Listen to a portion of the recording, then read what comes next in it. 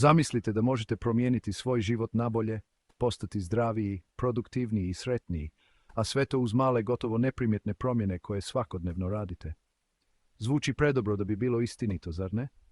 Međutim, upravo to obećava knjiga Atomske navike Jamesa Cleara, koja vam pokazuje kako male, ali dosljedne promjene mogu dovesti do velikih rezultata u vašem životu. Knjiga nije samo još jedna motivacijska priča. Ona nudi konkretne, znanstveno utemeljene alate i strategije koje svatko može primijeniti u svakodnevnom životu. Ako ste se ikada pitali kako se riješiti loših navika ili kako usvojiti one koje će vas dovesti do željenog cilja, ovaj video je upravo za vas. Pridružite nam se u otkrivanju tajni stvaranja trajnih i pozitivnih promjena, jer čak i najmanja promjena može postati iskra koja će transformirati vaš život. Spremni ste za novi početak? Ostanite s nama jer slijedi inspirativno putovanje kroz atomske navike. Atomske navike su male, svakodnevne promjene koje se čine beznačajnima same po sebi, ali kada ih ponavljate kroz duže vrijeme, mogu donijeti ogromne rezultate. James Clear naglašava da uspjeh ne dolazi od jednog velikog skoka ili prekretnice, već od stotina malih akcija koje se svakodnevno ponavljaju. Ideja je da male promjene mogu donijeti veliku razliku u vašem životu ako ih konzistentno primjenjujete. Primjer za to je 1% poboljšanje svaki dan. Mali napredak se možda ne čini velikim danas, ali kada se zbroji kroz vrijeme, može vas odvesti daleko dalje nego što ste ikada mogli zamisliti. Clear koristi koncept složenog rasta kako bi ilustrirao kako se male promjene akumuliraju tijekom vremena i stvaraju značajne učinke. Zamislite da se svakodnevno poboljšavate za samo 1%. Na kraju godine, ta mala poboljšanja akumuliraju se u gotovo 38 puta bolju verziju vas. Ovaj koncept se može primijeniti na svaki aspekt vašeg života, zdravlje, financije, odnose ili osobni razvoj. Ključno je da se prestanete fokusirati na velike, dramatične promjene i počnete cijeniti snagu malih, dosljednih koraka. Upravo ti mali koraci, ti atomi vašeg ponašanja mogu transformirati vaš život. Jedan od ključnih koncepata knjige je promjena identiteta. Clear objašnjava da bi promjena navika trebala započeti s promjenom vašeg identiteta, a ne samo s postavljanjem ciljeva. Mnogi ljudi čine pogrešku kada žele promijeniti svoje ponašanje, fokusirajući se isključivo na rezultate koje žele postići. Na primjer, cilj može biti želim smršavjeti ili želim prestati pušiti. Međutim, Clear tvrdi da bi pravi način za postizanje promjena trebao početi s pitanjem: tko želim postati? Ako želite trajne promjene, trebate usvojiti novi identitet. Umjesto da kažete želim smršavjeti, bolje je reći ja sam osoba koja vodi brigu o svom zdravlju.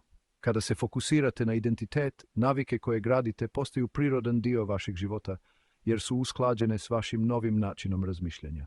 Riječ je o tome da postanete osoba koja donosi određene odluke, a ne samo da radite na postizanju određenih rezultata. Identitet se gradi kroz dokazivanje sebi samome. Svaki put kada nešto napravite, to je glas za vaš novi identitet. Kada odete na trčanje, glasate za identitet trkača. Kada odlučite čitati knjigu umjesto gledanja televizije, glasate za identitet osobe koja cijeni osobni razvoj. Što više glasova glasate za određeni identitet, to on postaje čvršći i stabilniji dio vašeg života. Zato je toliko važno razmišljati o promjeni identiteta, jer kada promijenite tko ste, navike koje vas vode prema ciljevima postaju prirodan ishod. 4 zakona promjene ponašanja. Clear u svojoj knjizi predstavlja 4 zakona koji su ključni za izgradnju i održavanje dobrih navika.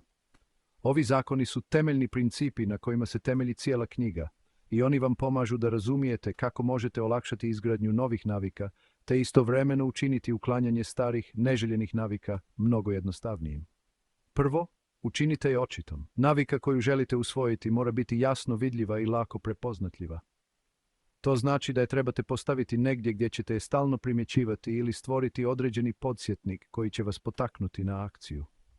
Primjerice, ako želite početi piti više vode, možete staviti bocu vode na stol tako da vam bude nadohvat ruke. Okidači su važan dio izgradnje navika, jer nas oni podsvjesno podsjećaju na ono što trebamo učiniti. Postavljanjem vizualnih podsjetnika učinite da nova navika postane neizostavan dio vašeg svakodnevnog života. Drugo, učinite je privlačnom. Da biste održali dosljednost, važno je da stvorite naviku koja vam pruža određeno zadovoljstvo.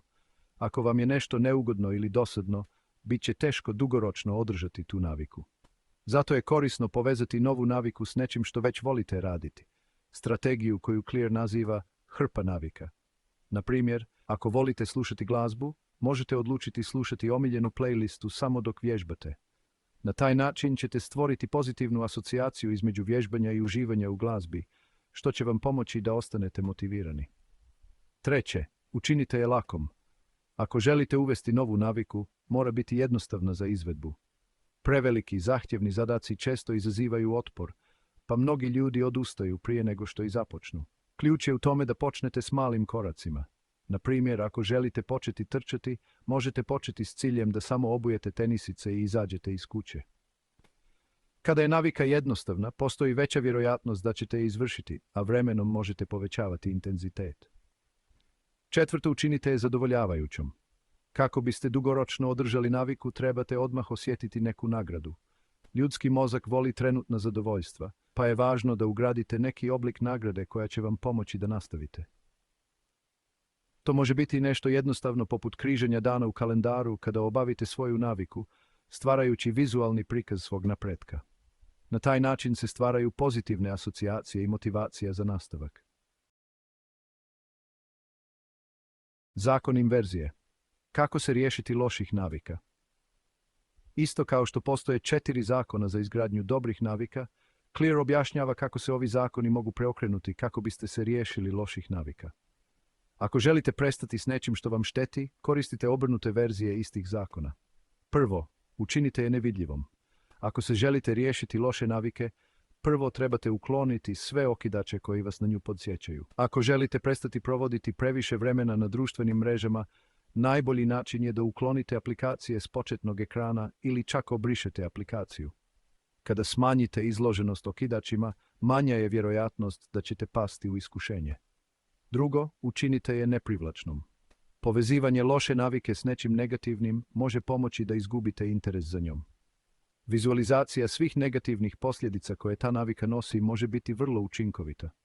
Na primjer, ako pokušavate prestati pušiti, možete razmišljati o svim zdravstvenim problemima koje pušenje uzrokuje ili troškovima koji nastaju zbog kupnje cigareta. Treće, učinite je teškom. Ako želite prestati s lošom navikom, učinite ju što težom za izvršavanje. Postavljanje prepreka može biti vrlo učinkovito.